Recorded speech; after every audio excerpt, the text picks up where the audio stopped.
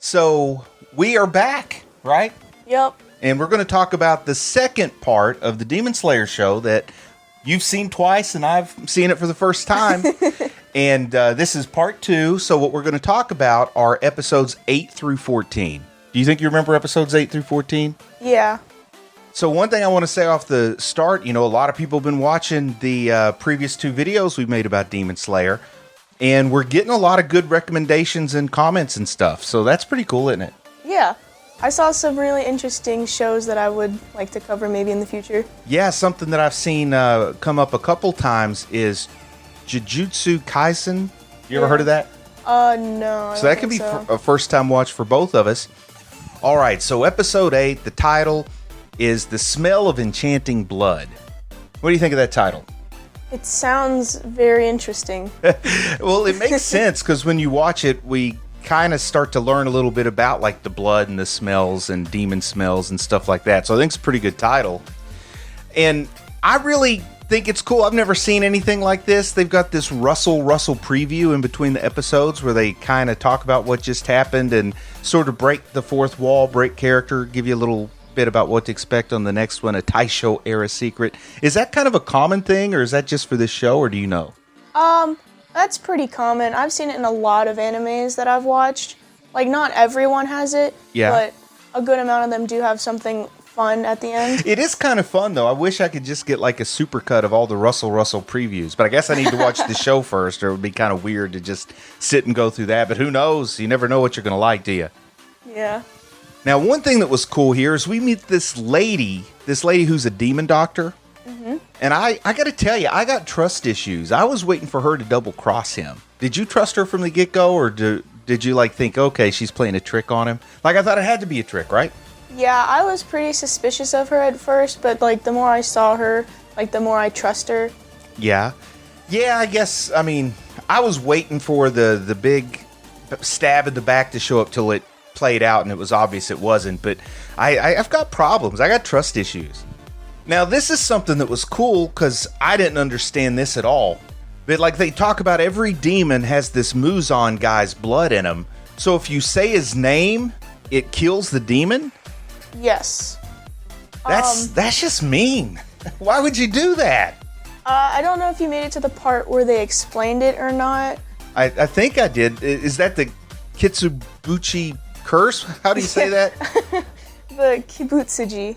Okay, Kibutsuji. Oh boy, I'm going to get so many people like laughing at me and giving me my pronunciation corrections. People do love to tell me the right way to say these things. But the Kibutsuji Curse? Kibutsuji. Yeah. Yeah. Kibutsuji, okay. There you go. So this curse, it was kind of explained a little bit like a way to control the demons. Yeah, it's to keep them from like rising up against him. I love that idea. Like, it shows that this guy's the leader, but then he's also super insecure. I think they call him out as a coward in the show. And it makes me think of like from history class. That's sort of how they taught us Joseph Stalin. Whenever one of his underlings would start to get too much power or support, he'd have him assassinated. So, and then somebody else would move in, and it was like so afraid of losing power that you kill off all your like up and coming people. So I guess this is what Muzan does with the demons. Pretty much, yeah. This is the episode where Muzan notices those earrings, and I can remember, I'm going to admit, when I saw the earrings in the movie, I didn't know like why those were there. It looked like if you're going to get in a fight, dangly earrings could be a problem, couldn't they? Yeah, they were given to Tanjiro by his dad.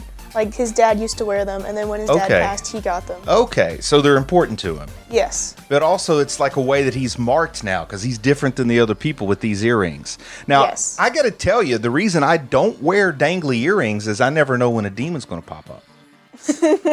I doubt that. I doubt that so much. But I gotta also say, I'm kind of a wimp. If those earrings made me stick out, I'm such a wimp, I would take them off. Like, yeah, they're important, but maybe I'd just make like an ankle bracelet and put it under my sock or something. Could you do that? I mean, maybe. There's probably ways. But I guess those earrings are going to keep coming back. Yeah. Do people like make those for real? I imagine like fans of the show probably make their own like Tanjiro earrings to wear. Oh, that would be so cool to get a pair. If they ever had conventions again, I'm sure we could buy some. Who knows when that'll happen. So episode 9 is called Tamari Demon and Arrow Demon. And this title's pretty much right spot on, right? Because the one demon has these balls that she throws that are called Tamari. And then the other demon has this cool thing, man. He points, well, he doesn't really point. His hands have eyeballs, but he can like make these arrows that fly through the air and move stuff, like telekinesis or something. But at first you can't see the arrows. And then I think it's the Yushiro guy gives Tanjiro this piece of paper with an eyeball painted on it, and he sticks it on his forehead, and then he can see the arrows, and then it's just like really fun to watch. Yeah. I wish take something like Murder, She Wrote, with you probably never watched Murder, She Wrote. Take some old reruns, stuff from the 80s, superimpose some arrows making stuff move. I think that'd be kind of fun. And the arrows, like the style of it kind of reminded me of the witch from Soul Eater. They talk about blood demon art here. And this is the first time I'd heard that term. So I thought it was kind of cool to learn a little bit about it. Do they really use their blood, or do they use people's blood, or is it just a catch-all term, the blood demon art? Well, the blood demon art, it's kind of referring to the fact that they have Muzan's blood in them, and that gives them a power. Oh, okay. Yeah. I never would have guessed that one. See, sometimes I think I'm like such a clever boy when I'm watching it and I have these thoughts, and then sometimes it's like so over my head, and I'm glad you're here to help me out with that, and people in the comments help me out with that. This is also the episode, because you told me like right off the bat, riding in the car on the way to see the movie, that there was like 6 lower demons. Are they called lower? 6 lower and 6 upper or something like that? Yeah, they're called the lower 6 and the upper 6. Okay, so this talks about the 12 Kizuki. Kizuki. I always, I know Suzuki is a brand, so I see the Zuki at the end. I want to say Kazuki that rhymes with Suzuki, but that doesn't even sound close to right. So no. Kizuki, okay. Yeah. Now, get there. I wouldn't bet on it. I've been trying this for 40 years and still don't do it right. So they actually talk about it. I hadn't heard that term, the Kizuki, before, but I kind of had an idea about that from the movie and the ranks and stuff. So it's pretty cool, and they mark the number in their eyeballs so that they know where they are. Yep.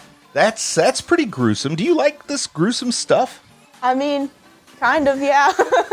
I love it, but I didn't know if you like the gruesome stuff or not. I'm really into the gruesome side of it, but that's all cool. I'm learning a little bit. It's making sense, and I love ranking systems, and I get the idea from what we see in some of the later episodes, like you can be kicked out, like you're not there forever. Like when you first told me, I thought that meant there were only 12 demons, and I thought, well, that's going to really limit how far the show can go. But I'm figuring out, no, there's like all kinds of demons.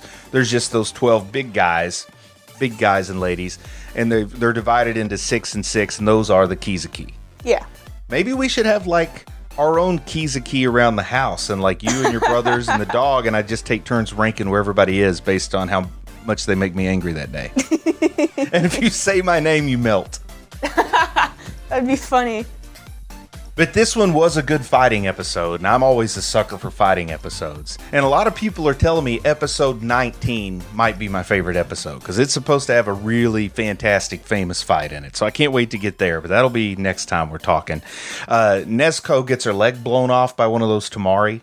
Yeah. Once again, gruesome, because it doesn't grow back right away. So it gets blown off, and then there she is with one leg. And I wasn't expecting like what looks to me like one of those bouncy balls you get in the really little kids section at the store with the colors painted on them. I didn't know that the Tamari had that kind of punch, but then it knocks one guy's head off, knocks Nezuko's leg off below the knee when she comes out and starts fighting. So once again, gruesome, good fighting, good episode.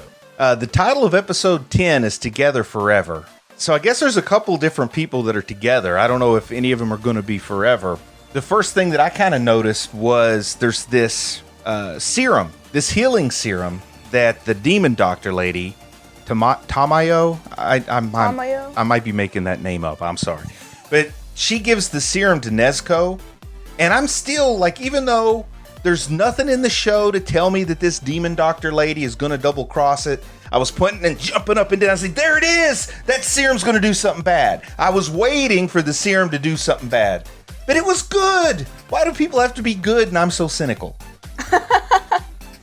I mean, it's a nice contrast, though, to the normal demons who are just trying to kill everybody. Yeah. This one actually cares about people. So now, the problem is now, before I can cheer about a demon getting killed, I got to take a minute and make sure they're not one of the good ones now, because there might be another good demon like the doctor lady out there. I'm pretty sure it's just the doctor lady. They did call her, like, the refugee or the runaway or something like that. Like, she is notorious for changing sides, I guess. But at least, just to justify my suspicion a little bit, she is still kind of sneaky and tricky, because she tricks, like, she gives off a scent from her blood, I think it is, and it tricks the Tamari demon into saying Muzan or Kibutsuji? Kibutsuji? Yeah. Tricks her into saying the name and activating the curse, so they get rid of the Tamari demon that way. So at least there's something, even though it's a good kind of sneaky, at least there's a little something sneaky, so I can not have to admit I'm totally wrong. You know, there's nothing worse than admitting you're totally wrong, even though everybody is totally wrong sometimes. And I go into a little bit more about how Kibutsuji, or Muzan, which is so much easier for me to say, that he rules out of insecurity, and they really go into that more in this one than in the last one. But once again, I thought that was a cool concept. I love the because fear will make people way more vicious than confidence will. Oh, definitely. So it's a great device to have on this big bad guy. Here's something I couldn't help but think when I was watching it. Have you ever seen the Smooth Criminal video, the Michael Jackson Smooth Criminal video? I don't think I've seen the video. When they show him with the hat that he has and the white jacket, and maybe he's got like a silk scarf around, Muzan, to me, looks a lot like Michael Jackson from the Smooth Criminal video. So I have to show you the Smooth Criminal. Oh, so you at least know the picture. Yeah, I've seen the picture. I wonder if that's on purpose. Like, people do stuff like that in comic books and movies and stuff. There'll be homages to other looks. So I'm going to have to see if I can figure out if he really is supposed to look just a little bit like Michael Jackson from Smooth Criminal. And I got to check and make sure Annie is okay. Like, what if there's an Annie in this show later? I hope she's okay. It's so dumb. Oh my God. I thought you loved my jokes. No. Because I'd seen the movie and sort of knew where it goes, I knew how this was going to break down. But I just wonder what people thought. Like, when the demon doctor lady offered to take Nezuko so that she didn't have to go with Tanjiro, so that she's not there when he's slaying demons and in his fights. I actually thought that might have been a pretty good offer, except, back then, if somebody moves, I don't know that you know how to find them. That would be the one drawback, is like if you wanted to see his sister, see how she was doing, you can't just like Google somebody's name and find out if they've moved or shoot them an email or anything. So that might have been the drawback. But what do you think? Do you think maybe it wouldn't have been a bad idea for Nezuko to stay with the demon doctor, who obviously is compassionate and she's got more knowledge about what's going on and she also, had that serum, which was cool because everybody thought the serum made Nezuko stronger, but it just healed her. But we actually find out Nezuko's super strong, even by demon standards. Maybe that's what happens because she sleeps so much. Are you a demon because you sleep a lot? No. I'm just lazy and tired. Okay. I thought maybe you were a demon and didn't tell me. Do you think, like, maybe it wouldn't have been a bad idea for him to have let Nezuko stay with the demon doctor lady? Yeah, maybe.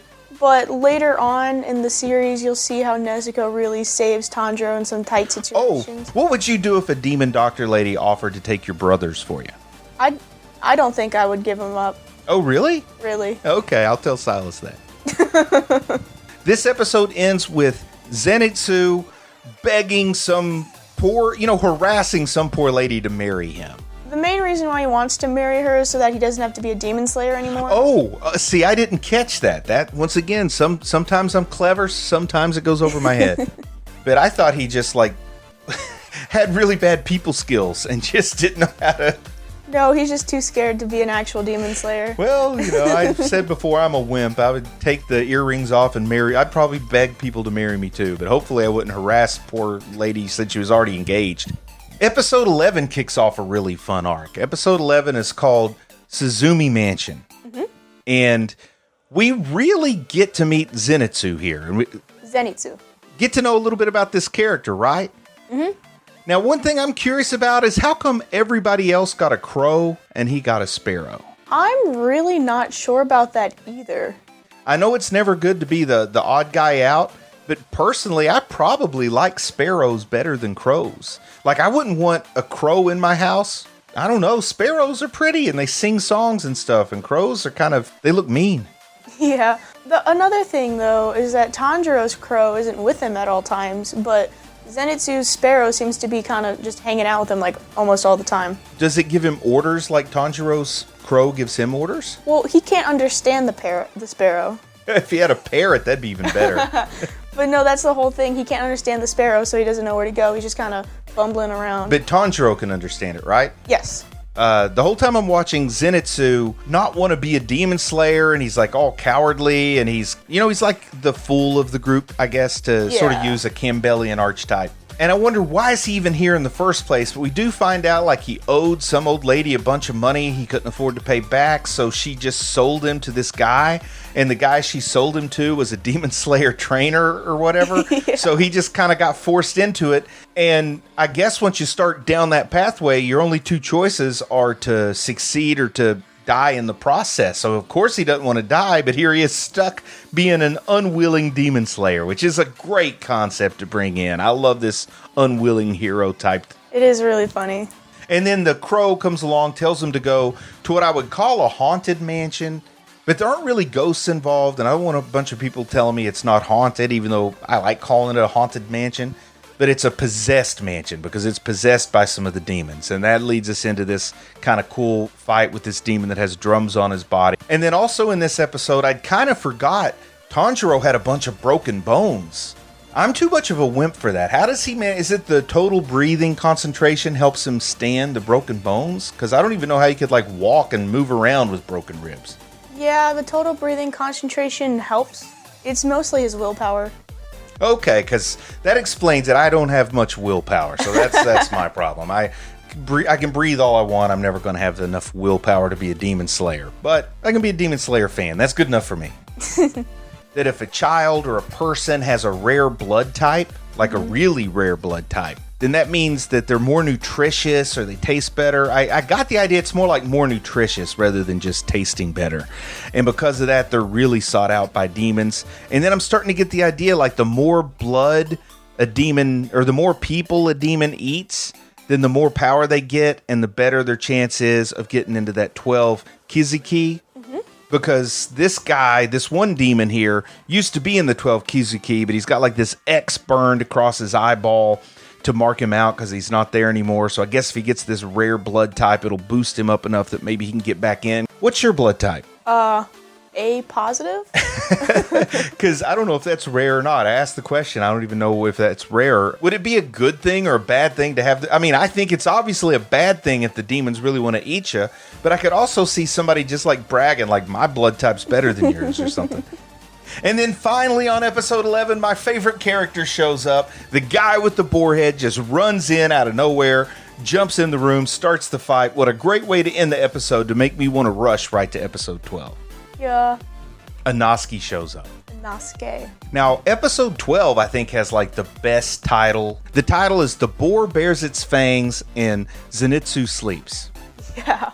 And that's totally what we see here because we get to see Inosuke fight a whole lot and show his viciousness. We get to see those serrated swords, which are kind of like a couple of fangs since he uses two instead of one. This is where I first get to see Zenitsu do the thing where he kind of falls asleep or goes in a trance, and then he's awesome. He's got that thunder form where he is absolutely awesome, but then it's hilarious because he doesn't remember doing it and he thinks that little kid did it for him. I love the way they can combine the horror, the action, and the humor all together like that. It's just really good. Yeah. We also see the snot bubbles for the first time, I think, in this episode. And why do they have to lean into those snot bubbles so much? And they're not like little snot bubbles. They're like big, huge, like he's chewing bubble gum with his nose. They will make a return. Now, I had one of my clever boy moments watching this episode. So I pulled out my Sherlock Holmes pipe and I sat back and crossed my legs, and I was very proud of myself. Do you think Inosuke and Zenitsu represent like the two halves or two parts that make up Tanjiro? Maybe. If he were to be divided into like a Dr. Jekyll and Mr. Hyde, have Zenitsu and Inosuke as the two parts of him. if they were at the most extreme. We also find out that Inosuke has a self-taught beast breathing type. It's because he grew up all alone. Yeah, it's why I have self-taught kung fu, because I grew up alone. I was an only child. You did not grow up alone. You were not an only child. I was raised by kayaks. Kayaks? Episode 13 is called Something More Important Than Life. Like, I love the way that we get to see some background on what the demon's life was like before he became the demon in this mansion. I don't think it clicked with me. Are all demons like former humans? Yes. I'm pretty sure the more that the demons eat people and the longer that they are a demon, the less they remember when they were a human. Okay. But in their last moments of life, as they're dying, like, they remember everything. We find out that Tanjiro has this incredibly hard head. Yes, for whatever reason.